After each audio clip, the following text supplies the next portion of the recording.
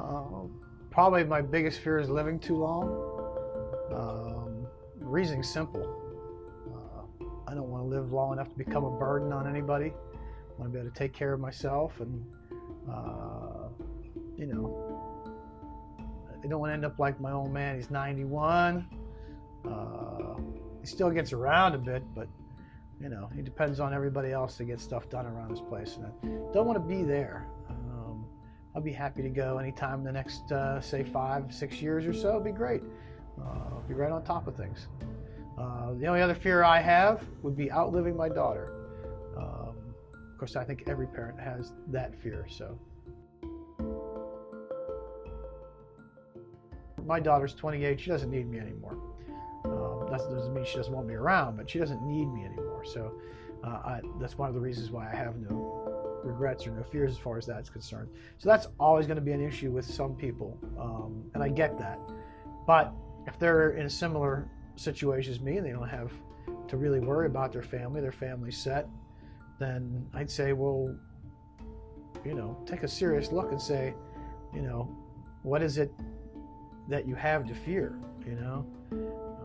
What is it in your life that's so important you haven't done? And if it's that important, why haven't you done it?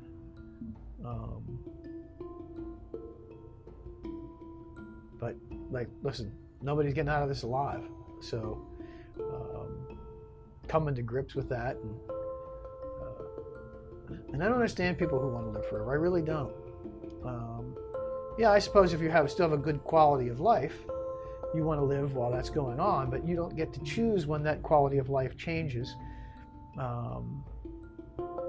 That happens on its own, and I would much prefer to be dead before that happens than say, oh, well, I'm still feeling good, I'm still getting things done, I want to live and live and live. But that's my perspective. So how do I convince somebody else of that? I don't know that you can. I just think it's something that you come to realize within yourself, and at some point, I used to say, at some point you should have to accept that, but some people never do. Some people never accept the fact that they have to die, and they fight it every step of the way. And listen, it's a fight you're going to lose.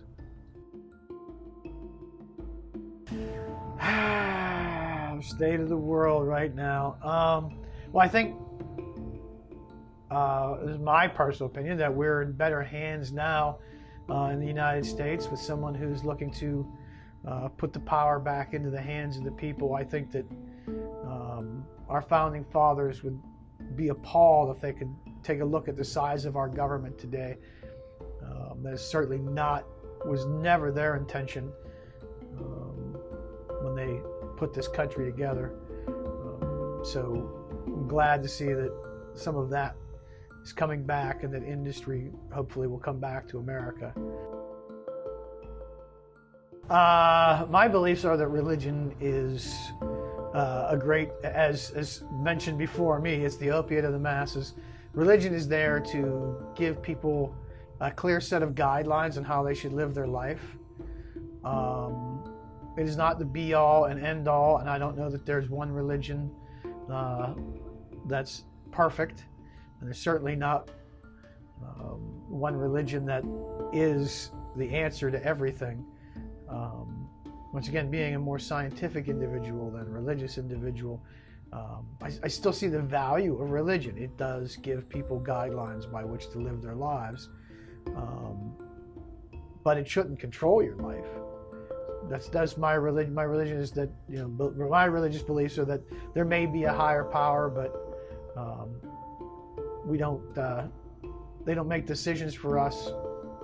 We make our own decisions. We make our own way in the world. And if you live a good life, then you have nothing. Once again, you have nothing to regret at the end of the day. At the end of your days.